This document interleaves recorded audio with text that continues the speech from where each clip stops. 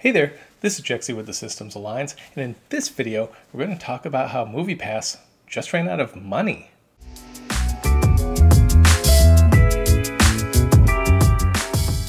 So, like many of you who live in areas where movies cost $10, $12, $15, even close to $20 for a single ticket, MoviePass provided a really great value, or at least the new version of MoviePass provided a really great value to those who see movies often. And if you went really often, really could provide a great value to those even who only pay $6 or $7 per movie. And I just want to give a little history on MoviePass. So MoviePass was started in 2011, and for a number of years it had options anywhere between $20 and $100, depending on what tier you wanted, depending on how many movies you would go see. Some included, IMAX and 3D at the higher end. So for most people, unless say you were a YouTuber who focused on film and movie reviews, or someone who worked in Hollywood or something like that, or someone who was just really addicted to movies, the higher tiers made sense. But for regular people who might only go, say, once, maybe twice a month, it wasn't really worth it. So they always had a very small number of subscribers because of that.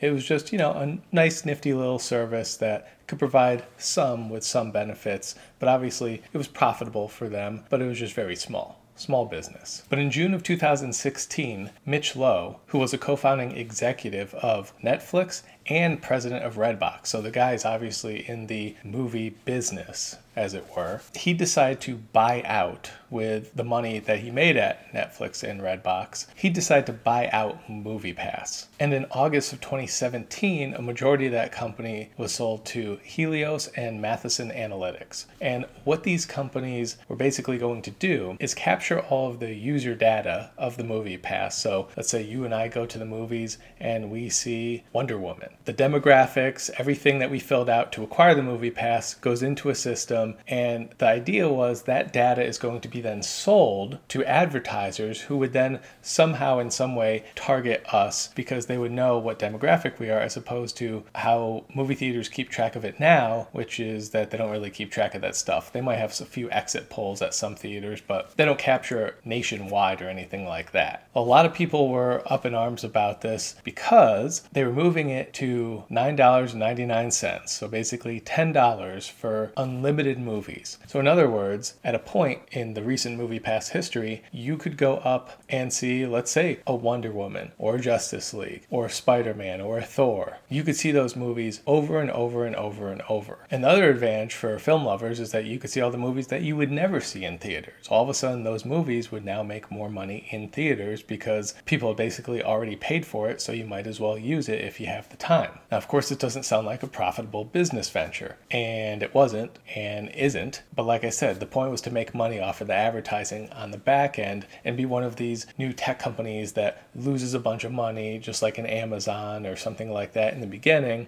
and then over time builds its revenue base and then starts turning a profit. Eventually, they did start to scale it back recently. Right before Infinity War came out, they put a ban on these seeing movies multiple times. So right before one of the biggest releases of all time, they put a stop to multiple viewings, which definitely kind of rubbed people the wrong way, especially since they gave it to him in the beginning. But still, it was pretty easy to understand. And, the original thing wasn't to give anyone IMAX or 3D viewings. It was just standard picture viewings, which for people like myself, I love IMAX. I think 3D is crap and annoying, but standard picture is perfectly fine to see most of these movies, especially in the high quality digital theaters that most people have available to them now. It started to lose people recently though, because it introduced basically a tier pricing. So in other words, if the theater is really busy, or it's a big movie, an opening weekend, or it's something popular, or it's a certain day, all of a sudden you had to pay this surge pricing, this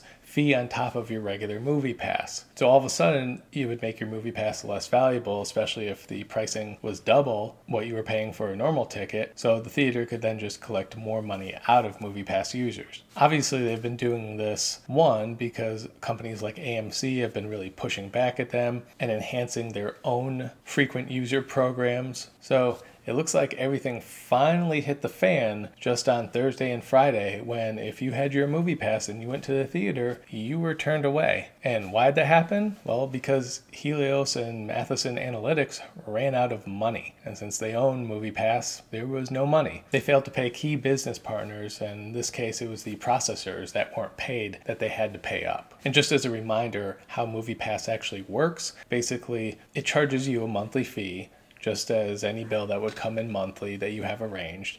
But when you go to pay at the movie theater, they slide the MoviePass card, which works just like a debit card. And when you check in on your phone first, it automatically knows how much that movie costs at that particular time, at that particular theater, and that particular day. And it puts that exact amount onto your card. So when you swipe it, that exact amount comes off of your card and goes to the theater. And the reason they ran out of money is because they've just been burning cash like crazy. They haven't gotten any of this revenue that they've been expecting from the advertising and everything like that, and selling your data and information, which most of us were, pretty much okay with, because everything's been hacked at this point anyway, and your information's already out there anyway, a lot more than MoviePass would be taking, and people would just rather get a good deal on movies. But I think this will really hurt them, because when you get turned away at the theater, you might have had plans. Maybe you were just strolling to the theater and you get turned down. Oh, okay, I guess I'll just go home. But most people, probably going with someone, probably had plans, especially those who might have had like a date night. They get sitter for the kids and everything. So this was a pretty big deal to happen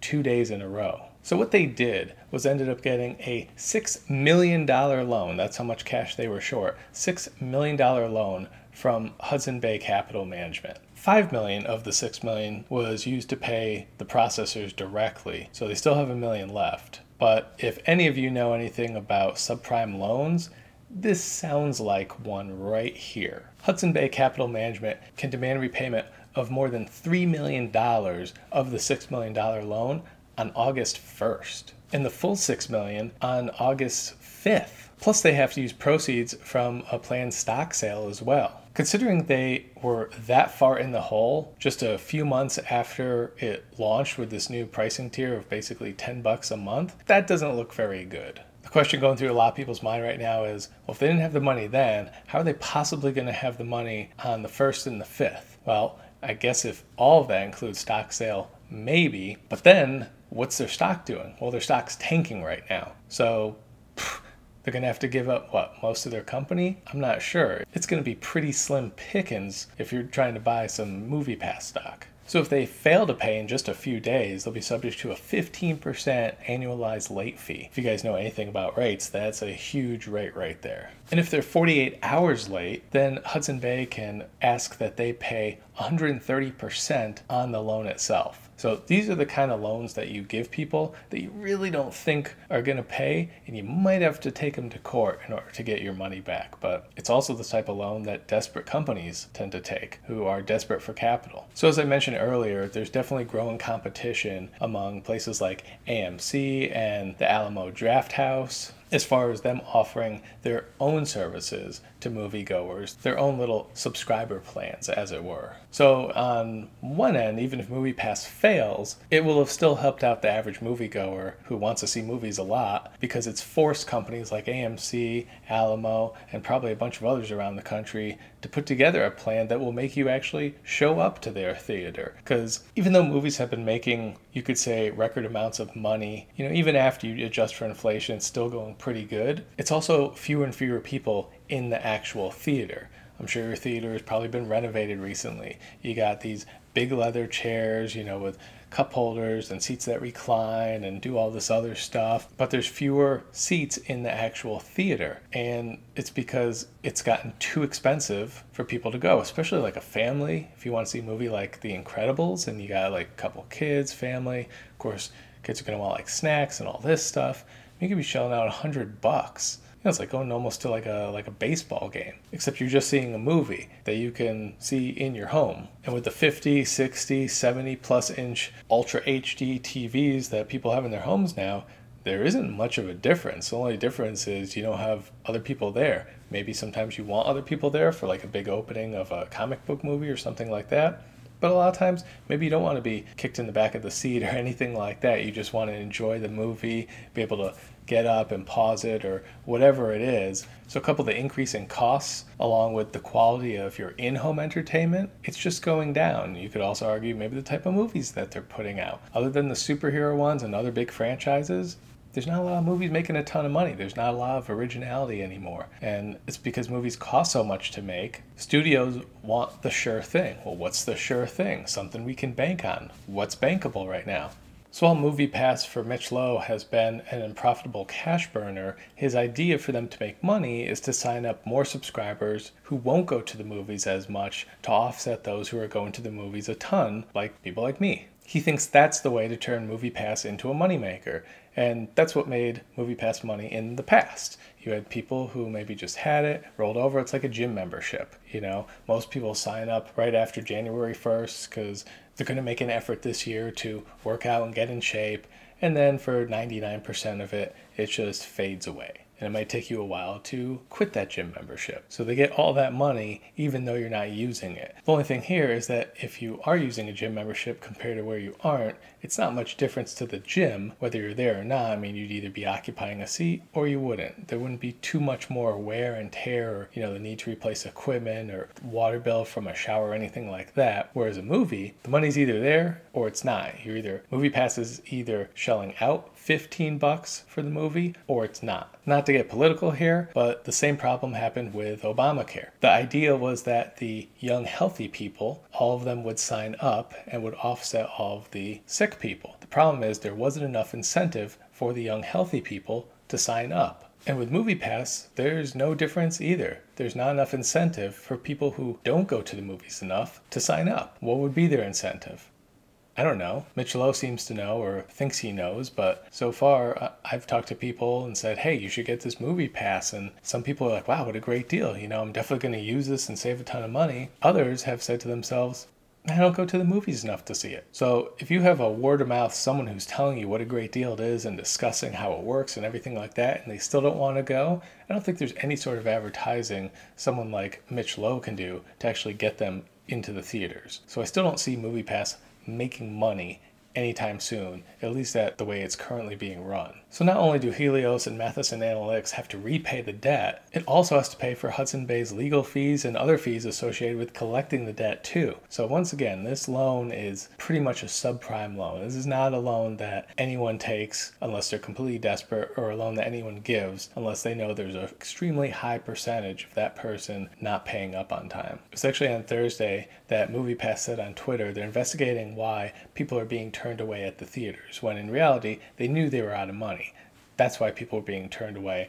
And late on Friday, they said, okay, the service is restored, which of course meant that's after they got the loan. On top of that, MoviePass even admitted failures like these for people to show up at a movie, like I said before, will end up hurting their business. And I agree. At this point, there's only negative news about MoviePass. The only thing positive could be said by people like me who are still finding ways to enjoy it. But in general, a lot of people thought it was too good to be true or a scam when it first came out with the $10 a month deal. And even those who signed up for it are now seeing the flaws in it. I don't think anyone who signed up actually thought, yeah, this is going to make them money. No, everyone knew it wasn't going to make them money. It was just, can they sell the data? Is the data that valuable to begin with? I don't know. Me personally, for all those who not are abusing it, but are using the MoviePass as much as possible, which is one movie a day basically, I don't know that their data is that valuable. A lot of the people using it are people who also might need a discount. And if they need a discount, how much are they going to buy from advertisers if they're the type who are needing a discount? They're obviously not the richest people in the world who are going to spend a ton of money. So the other problem, since this has to be funded by a stock sale,